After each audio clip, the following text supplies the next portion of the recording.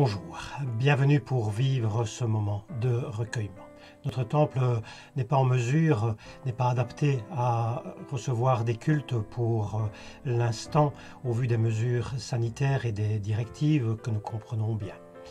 Nous voulons cependant mettre à part dans notre vie des moments de spiritualité, des moments de prière, de lecture de la Bible, de méditation. Nous voulons vivre cela à l'occasion de ce 4e dimanche de l'Avent. Nous nous retrouverons le jour de Noël pour également une vidéo que vous pourrez télécharger sur le site internet de la paroisse.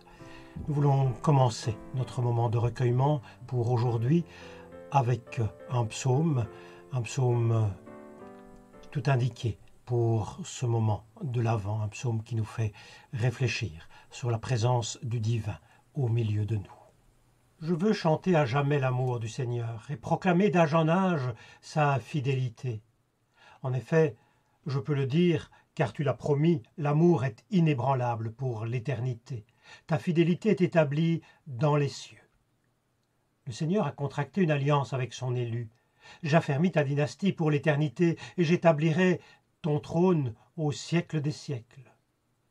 Ma grâce et ma vérité seront avec lui. Il relèvera le front par la force de mon nom.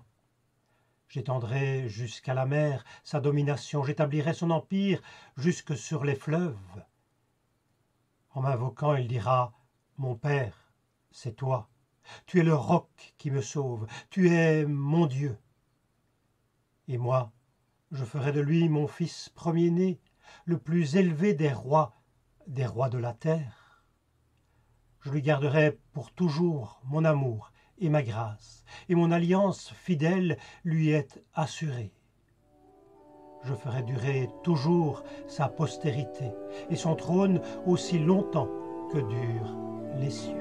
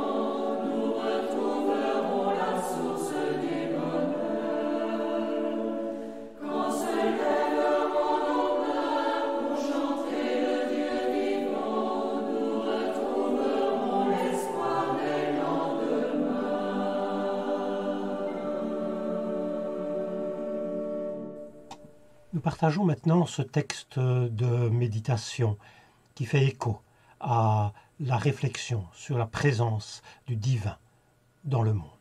Dieu s'exprime et agit dans le temps, jour après jour, année après année, siècle après siècle. Sa parole vécue marque notre histoire. Pendant plus de 1000 ans, le peuple d'Israël a guetté la venue du Messie.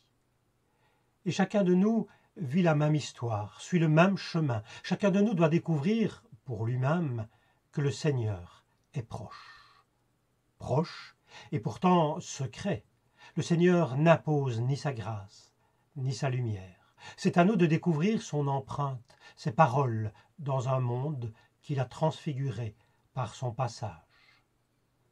Dieu s'est totalement donné, et pourtant, il reste invisible à nos yeux de chair. Il fait appel à notre foi. Il nous veut chercheurs de pistes et lecteurs de signes, à la recherche de sa mystérieuse présence.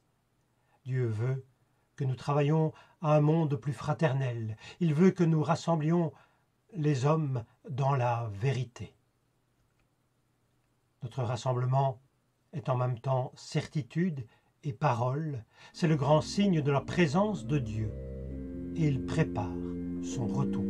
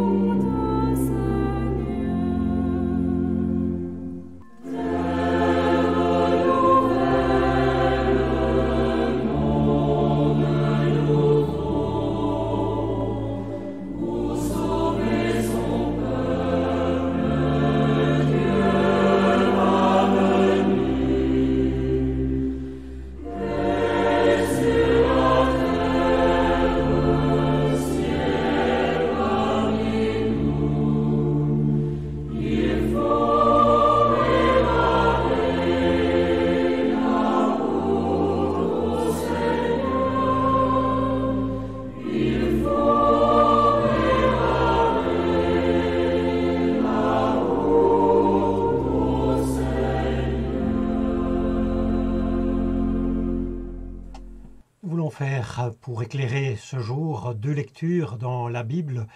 La première dans l'épître aux Romains. Nous lisons la fin de cette épître en fait au chapitre 16 à partir du verset 25 et puis la deuxième lecture dans l'évangile de Luc au chapitre 1.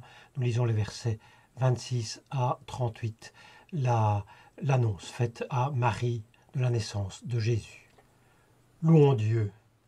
Il a le pouvoir de vous fortifier dans la foi, selon la bonne nouvelle que j'annonce et qui proclame Jésus-Christ, et selon la révélation que Dieu a faite de ce projet de salut tenu caché très longtemps dans le passé. Maintenant, ce projet de salut a été mis en pleine lumière par les livres des prophètes, conformément à l'ordre du Dieu éternel.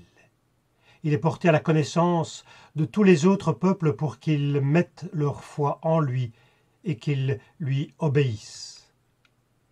À Dieu, seul sage, soit la gloire par Jésus-Christ pour toujours. Amen.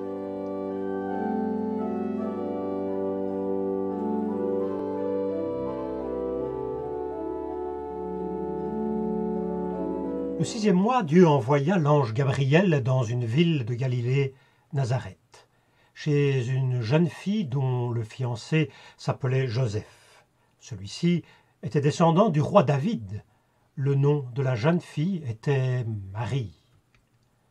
L'ange entra chez elle et lui dit « Réjouis-toi, le Seigneur t'a accordé une grande faveur. Il est avec toi. » Marie fut très troublée par ces mots. Elle se demandait ce que signifiait cette salutation. L'ange lui dit alors « N'aie pas peur, Marie, car tu as la faveur de Dieu.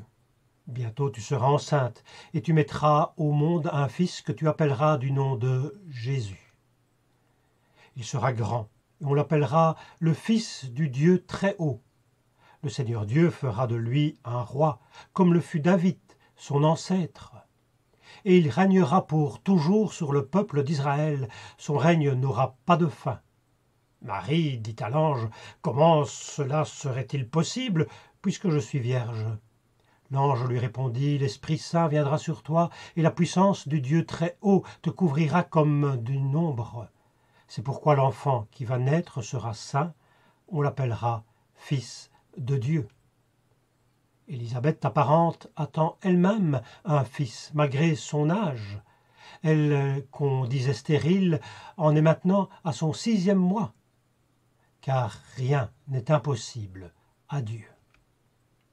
Alors Marie dit « Je suis la servante du Seigneur. Que tout se passe pour moi selon ta parole. » Et l'ange la quitta.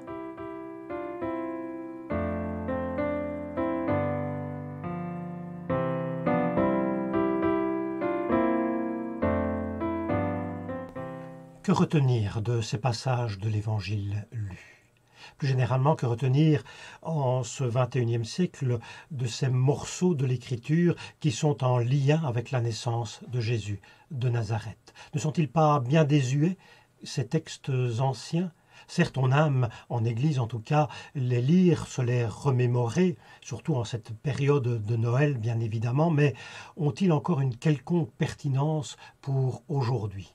Pour notre situation particulière qui est la nôtre. Tant il est vrai qu'il nous faut entrer dans un certain merveilleux, qu'il nous paraît être d'un autre temps ou d'un monde imaginaire qui n'a rien à voir avec notre réalité quotidienne, qui n'a rien à voir avec notre rationalité scientifique prétendument la nôtre.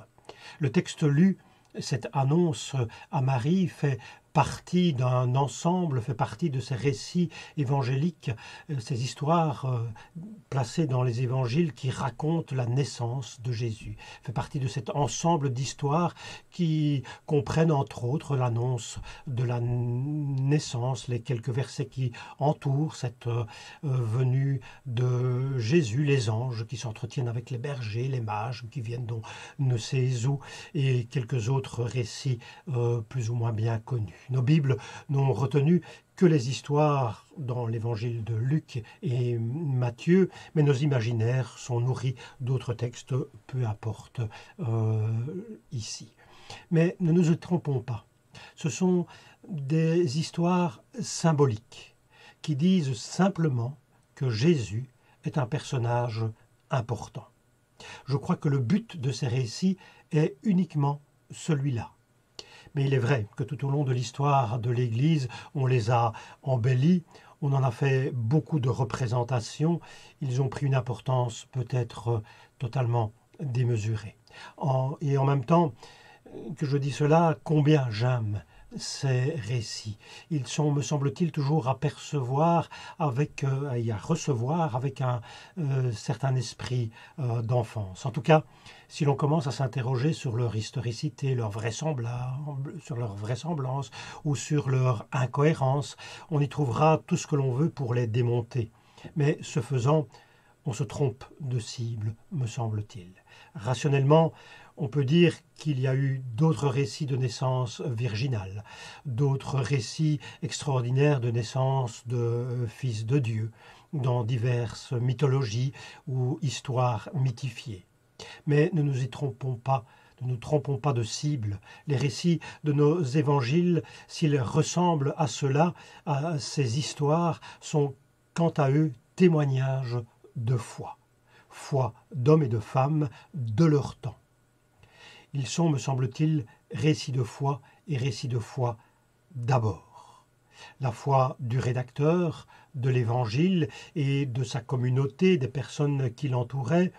Ils disent combien ils ont, donc les rédacteurs des Évangiles, ceux qui l'entourent, l'Église naissante plus généralement, combien ils ont perçu que Jésus était une personne hors du commun, avec quelque chose de divin. Oh, certes, on a dit cela de bien d'autres. À l'époque, c'était peut-être même monnaie courante, mais voilà, ces disciples de Jésus le disent à leur tour à propos de Jésus de Nazareth. On dit parfois, si quelqu'un propose de regarder la lune en la montrant du doigt, l'imbécile regarde le doigt. Ainsi, ces récits montrent Jésus, disent plein de choses sur lui et, entre autres, le montrent dans sa fragilité. Regardons-le, avec la même foi qui animait les rédacteurs des évangiles. Il ne sert à rien alors de démonter ces récits.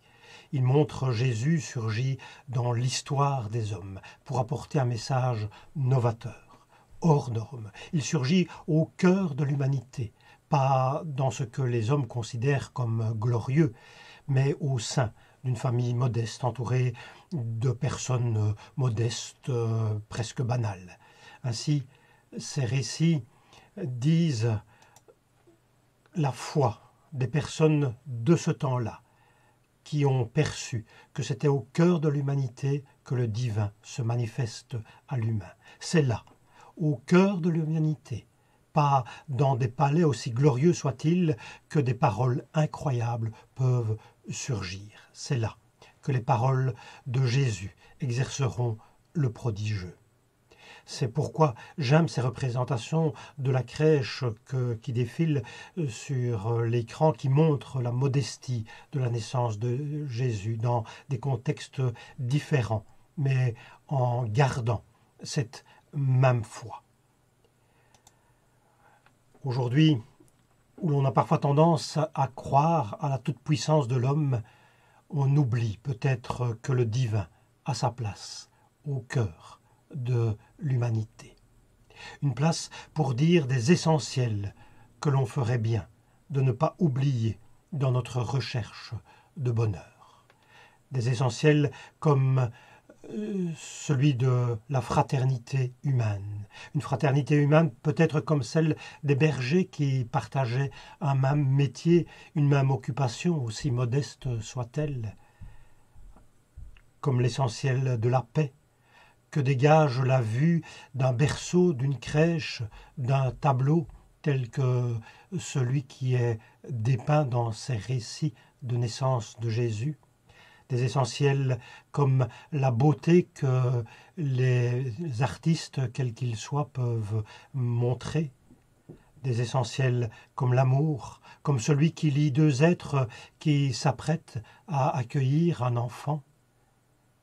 Des essentiels comme l'espérance, qui nous permet de voir au-delà des apparences un monde meilleur où l'homme et le divin sont réconciliés. Amen.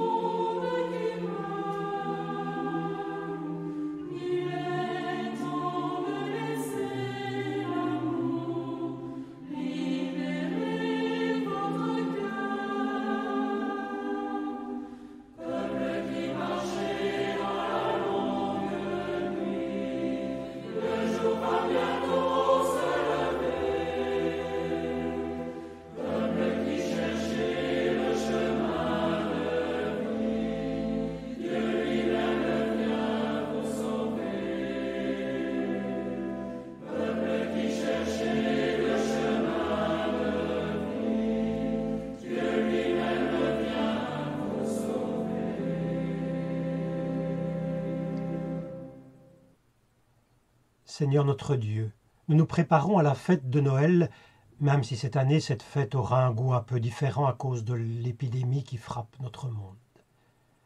Comme chaque année, pourtant, nos cœurs ne demandent qu'à être remplis de joie, de paix, d'amour, de bonheur. Cependant, nous n'oublions pas les autres même si nous sommes confinés. C'est pourquoi nous voulons intercéder pour les personnes qui sont actuellement hospitalisées et doivent passer les fêtes ainsi. Nous intercédons en particulier pour le personnel soignant qui reste proche des malades. Puisses-tu, Seigneur notre Dieu, donner la paix intérieure en partage. Nous voulons intercéder pour les personnes qui viennent de perdre un proche juste en ces temps de Noël. Puisse l'amour en partage porter les uns et les autres. Nous voulons intercéder pour les personnes qui se sentent seules pendant ces jours de fête. Puissent-elles trouver un peu de joie dans la bonne nouvelle partagée à Noël. Nous voulons intercéder pour les personnes qui ont de la crainte dans leur cœur quand ils pensent à l'avenir. Nous reconnaissons que c'est peut-être un peu tous notre cas aujourd'hui. Nous te prions, Seigneur notre Dieu, pour que le bonheur ne nous boude pas et que l'espérance qui vient de toi éclaire notre vision du monde. Et avec Jésus-Christ, nous te disons, notre Père.